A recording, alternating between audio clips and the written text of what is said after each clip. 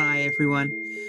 Today, I'm going to share a little bit of information about the history of Oracle card decks, as well as how we get started finding messages. I'm also going to do a review on the Enchanted Map Oracle Card deck by Colette Baron-Reid. And of course, I'm going to be getting a message for the whole audience. Divination goes back thousands of years. So the runes, for example, goes back 2,000 years. I think there's always been a desire for human beings to find what's invisible to them and just have some guidance in their life. Because we're always looking for answers, I was quite surprised to find that Oracle card decks, as we know them today, is quite a modern divination tool. We've literally got thousands of decks on the market now, and it can be a little bit of a minefield. Like, which one do I choose? Which one resonates with me? So I know most everyone's heard of tarot card decks, and there's a big difference between tarot card decks and oracle card decks. Tarot card decks, there's structure to them. There's always 78 cards in the deck. And even though there's a lot of different tarot card decks on the market, each message still kind of follows that same structure. So when you compare a tarot card deck with an oracle card deck, the oracle card deck is simpler. There's no structure involved, no studying required. And anywhere from 30 to 80 cards in a deck and covering a multitude of subjects. So there's complete freedom in how you interpret those messages. And the artwork in these decks can be absolutely amazing. We can go from monsters, scary creatures, beautiful artwork like Renaissance oil paintings. You can have symbols, sigils, to cuteness, to chocolate chip cookies. And of course, as there's complete freedom in Oracle card decks, there is an endless range of subjects that they cover. From love to healing, to ancient wisdom, to life coaching, everything. So are you ready to get started? So the first question, to cleanse or not to cleanse? That is the question. So you've purchased your new deck. I hope you've purchased your new deck. Is there anything special you need to do before you get started? And the simple answer is, it's entirely up to you. It all depends on your personal preference and your own belief systems, your spiritual belief systems. There's a whole idea around cleansing the deck to release the energy from anyone who's handled it before, which, if it's a brand new deck, that would be from the printer. So let's just get one thing straight. When we're talking about energetic cleansing, we are not talking about dunking it in the sink, putting it in the dishwasher. This is energetic cleansing. Please don't get your deck wet. There is a certain ritual around cleansing your deck. And if that is meaningful to you, then I would absolutely advise that you do that, because that is going to change the way you feel. That's going to change your energy.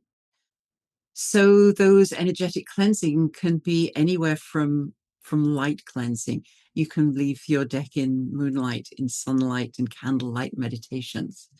Smoke cleansing, so you can use Palo Santo or a smudge stick. Crystals, sound cleansing using sound bowls. You can also use Reiki, so energy cleansing, and meditation, and just holding the deck. You can actually just simply hold the deck to your heart and just create that connection with the deck that you're using. That being said, some people buy a new deck and jump right in. For me personally, I like to, my energy changes as soon as I get a new deck anyway. So I'm filled with excitement. I have this box filled with magic. So I'm really, really eager to find out what's inside. So again, my energy's changed. I'm filled with excitement. So I will open the deck. And first of all, I will go through every single card one at a time, so that I get a connection to the artwork and the pictures and the images that I see. But as I turn each one over, I will turn them over into 4 different piles. So that's also kind of a way of shuffling and then getting them out of order. But for me, most importantly, I want to make sure that those cards aren't stuck together, which they can be on a brand new deck. And if your choice in finding a card is by shuffling them, you don't want any of those cards to be stuck together. And often in a card deck that has gilt edges, you will often find that a few will stick together. So I guess that's my ritual. So there is kind of a ritual in what I do, and I will just go through each card and find that connection. And then I'll just go through the book. I'll just look at a few messages. And then for me, then I'm ready to get going. So now you've got your card deck. You've made that connection with it, whichever way feels right to you. Now, how do you get started? So where do these messages come from? And as I said in the first episode, I used to think they were all coincidences. It's like, wow, how did that message come up based on the question I asked? Just blew my mind. But when I started to study a little bit and understand where this was coming from, then it all made total sense. These messages are coming from your highest consciousness or your subconscious mind. But there's a little bit more to it than that. Your subconscious is over 1,000,000 times more powerful than your conscious mind. It's where all your beliefs are stored. It's that part of you that actually controls your life. When you're under stress, you go into autopilot. It's the beliefs that you hold in your subconscious mind that actually run your life. It's those beliefs that are held below the level of consciousness, hence the subconscious mind. So to give you a little bit of an idea of how much of your life it controls 95 to 99% of your whole mind, whereas the conscious mind is 1 to 5%. So incredibly powerful. So how does your subconscious play a part in finding these messages? So I want you to do a little exercise, and I want you to stretch your imagination a little bit further than it normally gets stretched. I want you to imagine all there is. And by all there is, I mean everything.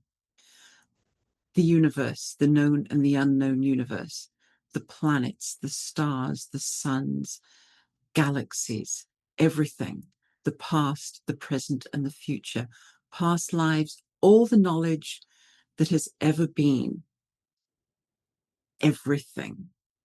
The angelic realm, the divine creator, everything. So where I'm going here is your subconscious is connected to all of that. So in a way, that's how powerful your subconscious mind is, because it's connected to that. That's how when you go and get your fortune told or you see visions of your future, it's connecting to that field of infinite possibilities. And that's how remote healings happen. That a healing, an energetic healing, can be done for someone on the opposite side of the world. But because we are all connected to this infinite field of possibilities, this entanglement, then you can send energy healing to somebody who you've never met on the other side of the world. And it works because we are all connected in that field.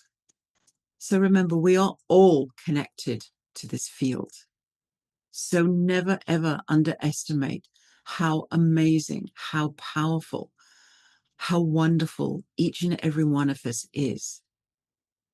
So all this amazing information, the past, the present, and the future, is available to you. And all you have to do is ask and find the message. So think about it. It's not woo-woo. It's you. You're the one that has the power. You are the one that's finding these messages. So you have control. And you have control because you are the one who is connected to this field, this amazing field that has all this information. So you have your deck, you've cleansed it in whichever way is meaningful to you. And now we get to get the message.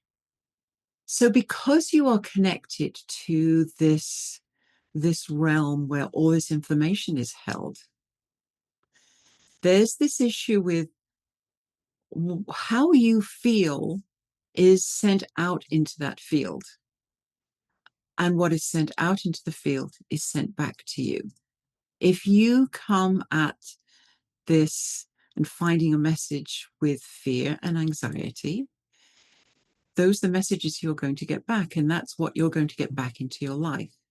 So there's a little bit of work that we need to do before we get started. So before you get a message, just relax. Just find a peaceful place, either a peaceful room or just somewhere that you can sit and just relax.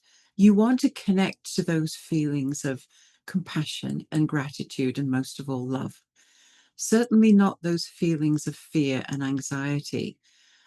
It's important for you to connect to those feelings of love and gratitude and compassion, those higher vibrational emotions and feelings. You don't want to be connected. You don't want to start getting your message feeling anxious and feeling fearful.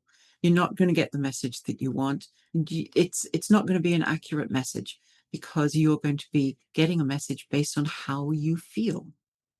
Also, those negative emotions that you feel will actually create a barrier to this field. So this is the field where you manifest things as well. So if you're feeling fearful, you are going to create more life events that will create more fear in you. So just remove that barrier by connecting with those higher vibrational emotions and feelings, and especially love. So the first thing to do is relax and put your attention on your heart. And I have to say, the first time I tried to do this, it was difficult. It's like, how am I supposed to do this? Am I supposed to imagine that I'm inside my heart? It's like, I can't do that. I'm too big to be inside my heart. But there's just a simple little exercise that I'll teach you if you are also having that difficulty in really connecting to your heart space. So just get the back of your hand and just scratch the back of your hand. Not hard. I don't want to be getting emails from you saying that you just got a nasty wound on the back of your hand. Just drag your nail on the back of your hand so that you feel that sensation when you've finished. Now close your eyes and put your attention on the back of your hand. And you'll notice, because that residual feeling of you dragging your nail down the back of your hand is still there, it's actually easy to put your attention on the back of your hand. So let's go a little bit further. I want you to put your attention on your heart. But instead of just trying to imagine it, just put your hand on your heart. So you feel that gentle warmth and the pressure of the palm of your hand on your heart. Now close your eyes. Take a deep breath and put your attention on your heart. And you see, it's much easier when you feel that sensation, because it's easy to put your attention on your heart because your hand's there. So while you're doing this, just calm your mind. Just stop ruminating about all the things that you have to do, what groceries you need to buy, what you're going to make for dinner. Just relax. Let all those feelings go. And just this time is just for you to relax. Now, as you let go of those feelings, take a slow, deep breath in, but breathe. Imagine you're breathing straight into your heart as opposed to breathing in through your nose. So allow that breath to go into your heart and then release it through your heart. Okay, so place your hand on your heart, close your eyes, and slowly breathe in. Allow that air to flow in through your heart and out. And as you do this, you'll find your heart rate will slow down. You'll become more relaxed and more centered and more connected to that love energy, that gratitude. And when you're in that state, when you're more connected to love and you've released the fear, then we get to choose the card. But you have to choose your question first. So don't ask yes, no questions. Am I going to be asked out by that boy down the road? You're not going to get a card that says yes or no on it. So open-ended questions are perfect. So you're not going to say, am I going to get this new job that I've gone to an interview for? Because remember, the oracle cards are going to give you so much information that you don't want to word the question so it narrows it down. You don't want a yes, no, you want more information. So instead of saying, will I be getting this new job? You could say, what do I need to know about the career path that I'm on right now? It's going to give you way more information. You could also ask, what pattern am I now ready to release? Or what's the most important aspect of myself that needs attention? What I often do is I use the word an issue. So I could say the issue of my career, the issue of my health. And that kind of covers a whole range of things. And it will open the message up to giving you everything that you need to know. You could also ask a question, the message for my highest good, or the priority message for where I am in my life right now. They can give you some really, really interesting information. Also, have respect for an oracle card deck and this whole form of divination. If you shuffle the deck and get a card and you don't like what it says or you don't resonate with it, don't go and ask the same question again. It's not going to give you the right answer because you're not respecting the fact that it's given you an answer. So to give you a for instance, mind you, for this particular story, I was asking the same question on a different day, which I think is okay. So I was asking, what is in my greatest and best good? Like, what do I need to change about myself? So I shuffled the deck. And when I shuffle, I wait for one to jump out. And to me, it's like, okay, that's definitely a sign that has jumped out of the deck. So that's definitely my message. And the card that fell on the floor was, the meaning of it was about starting a meditation practice. And at the time I didn't meditate, so I put the card back in the deck and put the deck back. But I still didn't get the answer that I wanted. So the next day I asked the same question of the same deck. And I got the same response. I got the same card. Yes, day 3 came along. You know where this is leading. And I asked the same question of the same deck. I got the same card. 5 days in a row, I asked the same question of the same deck. I got the same card. Never been one for getting subtle clues. And then after the 5th one, it's like, oh, okay, I think I need to start meditating. And that kind of changed everything for me. But think about it. This deck had 78 cards in it.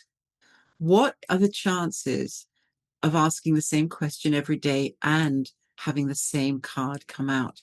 So it was absolutely a sign from this field of infinite possibilities that I had to start meditating.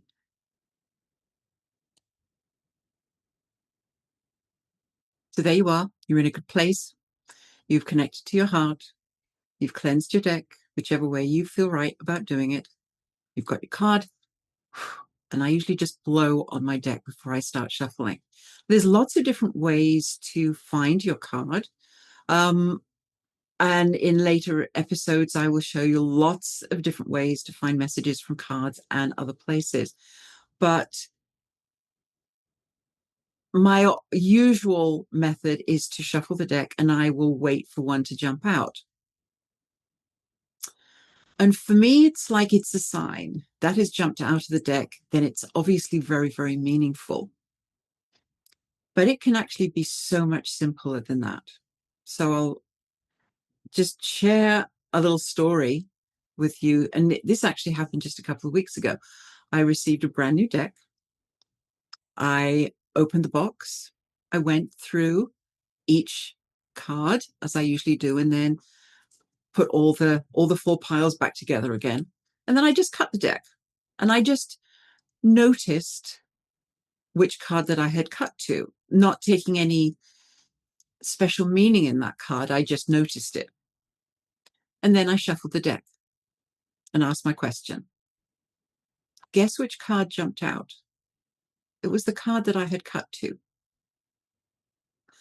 And the reason I'm telling you that is because this has happened a lot. So I kind of realized that as long as you're in a good place and you're heart-centered and you've let go of everything and that you're coming to it from a good, loving place, you can just pick up a deck and cut them and you'll get the right card. The right message will always show up for you, no matter how you find it. And to me, just cutting it seemed too simple. It's like, I'm not putting enough effort into this. That can't be right.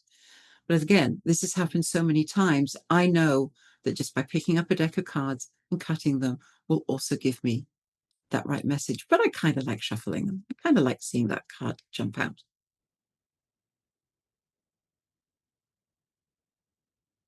So before we go into the review, I want to share another story because it was quite amazing. I was finding a message in one deck. This particular deck that I was using didn't have a book with the messages on. This deck, the messages were actually printed on the cards. So as I'm going through the deck, I realized that there was one card in the deck that had all the instructions on it. So I just didn't think about it and I removed that card from the deck and I started shuffling. Usually when you're shuffling the deck, it's not long before one will actually jump out and say, yes, read me, I'm your message. And I am shuffling and I am shuffling and I am shuffling. And it's like I am starting to lose the will to live. Why isn't one jumping out? Then I looked down and I saw this card. It was the card that I had removed. I thought, maybe I should put that back in the deck. So I put the instruction card back into the deck and I shuffled again. And within 10 seconds, a card jumped out. And it was that card. It was the instruction card. My message was in one line of those instructions. And when I compared it to the question I asked, made total sense. So your highest consciousness that is connected to that field knows exactly where your message is and will guide you to finding that message. It guided me to finding the right message by not allowing a card to jump out of the deck because it wasn't a complete deck. So just have confidence. Understand how magnificent you are, that you will find the right card, you will find the right message. Okay, so the review that I am going to be giving today is on the Enchanted Map Oracle Card deck by Colette Baron-Reid. This is it's been around for quite a while. It was one of my first decks and has literally been used hundreds of times. I literally love every aspect of this deck. It's a great deck for beginners. The writing is beautiful and it's really easy to understand. And the artwork is fabulous in it. So I'm going to be giving you a review later on the Oracle card deck, The Enchanted Map, which I absolutely love by Colette Baron-Reid. One of my favorite decks, one of my oldest decks actually that I have in my collection and literally have used it hundreds of times. But first, I think we need to get a message. So I'm going to be getting a message for the entire audience. And it's going to be a heart-centered message. So the intention will be, what does my heart need to know right now? So bear with me just 1 second. And I'm just going to use the intention that I'm going to connect with all of the audience. Okay, let's get going. Okay, connecting to my heart. Just releasing any tension. Okay. And I've connected to the audience just through intention. Remember, we are all connected. So the intention is to get a message for your heart. Is there anything that your heart needs to know for it to heal? So I'm just going to blow on my deck And I'm going to shuffle, and I'm just going to wait for one to jump out. So bear with me 1 second.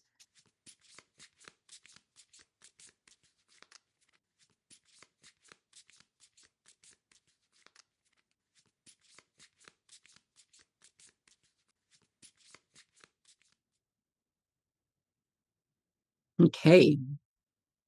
So the card that jumped out is from this deck is number 8, and it's called Come Together. And it was upright. So this particular deck has a reversed and an upright position. So I'm just going to read the upright. And the message is love needs to be shared. Love needs to be expressed.